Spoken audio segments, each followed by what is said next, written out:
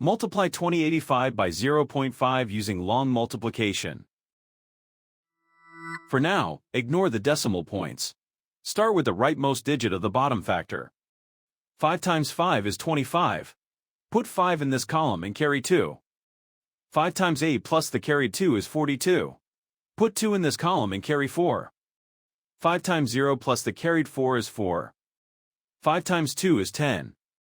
The product of the whole numbers is 10,425. Count the highlighted digit after each decimal point. The factors have one decimal place altogether, so the product needs one decimal place. Place the decimal point one place from the right. 10,425 becomes 1,042.5. So 2085 times 0.5 is 1,042.5.